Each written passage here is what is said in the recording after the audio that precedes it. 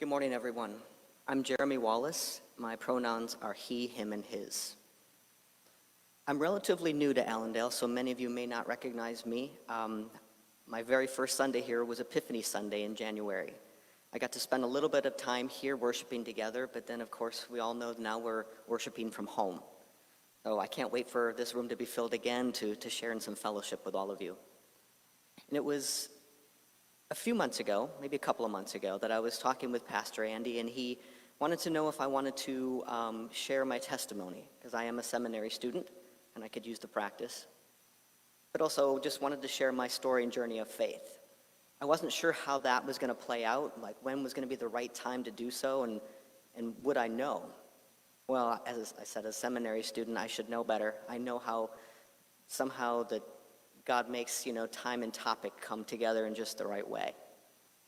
So I can't really think of a better day to be standing up here sharing my testimony of faith as a transgender person. It's also the middle of, or the ending of Pride Month. And today is the 51st anniversary of the beginning of the Stonewall riots. So I think everything kind of lined up for me. But the real common denominator for me of all those elements is lament. Whether that's in the form of a prayer, a psalm, a protest, or a riot. And like our scripture today, Psalm 13, it's a lament psalm.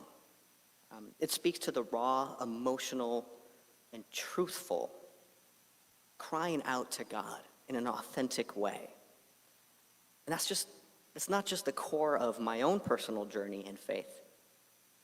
I think it's also the driving force of the birth of change and justice. Now, I know lament isn't comfortable, and it's not a place that we like to go to and talk about. In fact, many Christian churches, they try to kind of shy away from it, or they skip the parts that are about pain and suffering and skip right to the portions that are about praise. Now, don't get me wrong, praising God is wonderful, and it's necessary too. But we can't skip over the pain. We can't skip over the journey of what brings us to praise. That's just not reality. At least it isn't for me. Because before we can heal, we have to first name what we're feeling. And we have to understand that before we can start to work on moving through it. And I believe that the lament psalms, like the one today, Psalm 13, it's an invitation to lean into that honest and raw conversation with God and ourselves. To put it all on the table, leave nothing unturned, and don't hold back. It's where we speak our truth to God, but we also speak our truth to ourselves. We let it all out unfiltered, even if that means letting God have it. Because God can handle it. We give voice to pain and suffering, and it's from this place of lament that we begin to heal ourselves and our communities. For me personally, lament is my wheelhouse. That's my jam, and that is where I reside. Ask anybody who may know me for at least a week or so, you'll know. And I think mostly it's because I've had decades of struggle with my gender identity and sexual orientation. So I find comfort in the lament because it's where I found and was introduced to my authenticity and where I began a deeper relationship with God. I didn't grow up in the church, so I didn't really understand lament psalms, the book of Lamentations, the undercurrent of lament through Scripture. But I knew the language of angst. So for the first 37 years of my life, I identified as female. And I struggled to find who I truly was and where did I fit into the world. Not that I had that all figured out. But so often I would look in the mirror and who I saw was not who I knew I was on the inside. And I didn't believe that those two identities would ever become one, let alone the one identity that I wanted to see. I was so afraid that I was going against God and that something was truly wrong with me. I didn't have to look far for people who chimed in that I was basically an abomination. I still don't have to look very far for that. So I suffered in silence all those years because I was so afraid to tell my truth. I think I was afraid to tell it to myself too. So I imagined and I fantasized what a world would look like without me in it. And many times, I got real close to speeding that process along. I spent most of my waking hours lamenting to God, praying for my pain to go away. And honestly, in the last couple of years, right before I began my transition, I was so angry with God. My prayers shifted, and I'm not even sure that I would clarify them as prayers anymore. They were accusations. I let God have it. I accused God of abandoning me. Why would I have to suffer so long? How long must I hurt? And when are you going to do something about it? Much like the cries in Psalm 13. It was in these moments where I finally got real with God and got real with myself and said what I needed to say and get it off my chest that my life actually began to shift. I cried out for God to show up and do something because enough was enough. I'd had it. What I realized, though, was that God was never missing. I was. As I began to have these real conversations with God and myself, I realized I was no longer afraid of speaking my truth. I wasn't afraid to let God have it. And my relationship with God really deepened because it came so real.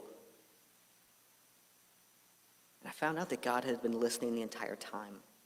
God really was listening when I showed up. I think God had been by my side the whole time, rooting for me to finally show up honestly.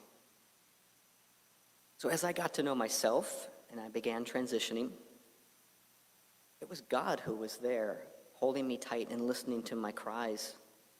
In fact, God was and always has been the one true constant in my life. Even when I didn't recognize God and I was too busy complaining and I wasn't listening. So why did I transition at the age of 37? I have no clue. It wasn't a magic number. Nothing particular happened. It was just the culmination of decades of pain that finally made their way to the surface with the help of lament. God gave me the strength to live unapologetically, to continue to embrace my lament, to speak truthfully with myself and others, and to fight back against anything or anyone who wants to silence my truth, including myself. So yes, my faith foundation is extremely important to me. But it takes more than that. It takes visibility, and it takes representation, and it takes the courage of other people to take those first steps and fight back. And it was through the courageous acts of the three women that Teresa eloquently mentioned in the prayers. Marsha P. Johnson was a black trans woman. Sylvia Rivera, a Latinx trans woman. And Stormy DeLavier, a black lesbian drag king. They have given me and our entire community the continued strength and opportunity to be standing here today. 51 years ago today, at the Stonewall Inn, their individual and collective lament and pain came to a head. I'm sure it wasn't something that they set out to do that day. it just bubbled to the surface. Because that night at the Stonewall Inn, as the patrons danced and sang freely, celebrating their unique and beautiful authenticity, it was supposed to be a safe space, expressing their love and gender identities and expressions in free ways, only to be met with an intrusion of force and violence. As the police forced their way into the Stonewall Inn, they weren't just breaking the boundaries of a physical threshold, they were breaking the boundaries of safety and sanctuary. These women fought back against police brutality and discrimination and incited a necessary riot, igniting change that gave birth to the Pride movement. It's just why we celebrate who we are every June. It wasn't just a brick or a punch that was thrown. It was a physical manifestation of lament, a crying out to God and anyone who would listen and take notice. Enough was enough, and their cries would no longer be silenced. Again, it wasn't just that one event, but the decades of lament that finally erupted. As I think of those three women, I'm also reminded of the book of Jeremiah and the lament of Rachel, a woman who suffered immense loss of her family and children, and she refused to be consoled.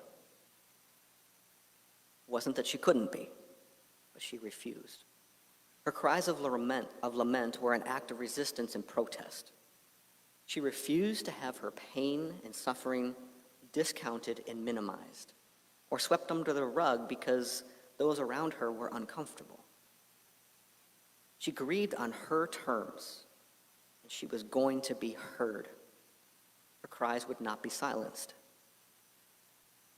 Those at the Stonewall Inn were lamenting on their own terms and demanded to be heard. Those who have taken to the streets recently in protest and in riot are lamenting on their own terms and demand to be heard. The voices of lament will not be silenced. They are the voices needed to heal. Just as the psalmist in Psalm 13 and asked some really hard and uncomfortable questions like, "Where are you, God? How long will you stay hidden and silent? When will our suffering end?" I invite us to reframe those questions and ask ourselves, where are we? How long will we remain silent? What are we doing to end the suffering of those who are marginalized, oppressed, and even killed? So as I read Psalm 13 one more time, with a little bit of a modification, I invite us all to hear these words as the personal cries of all of our Black, brown, and indigenous siblings, as well as the 16 trans folks who are disproportionately from the Black and Latinx communities, whose lives have been stolen this year by violence, all because they were living their authenticity out loud. This is their lament, and they are crying out to us. May we hear their prayers. How long?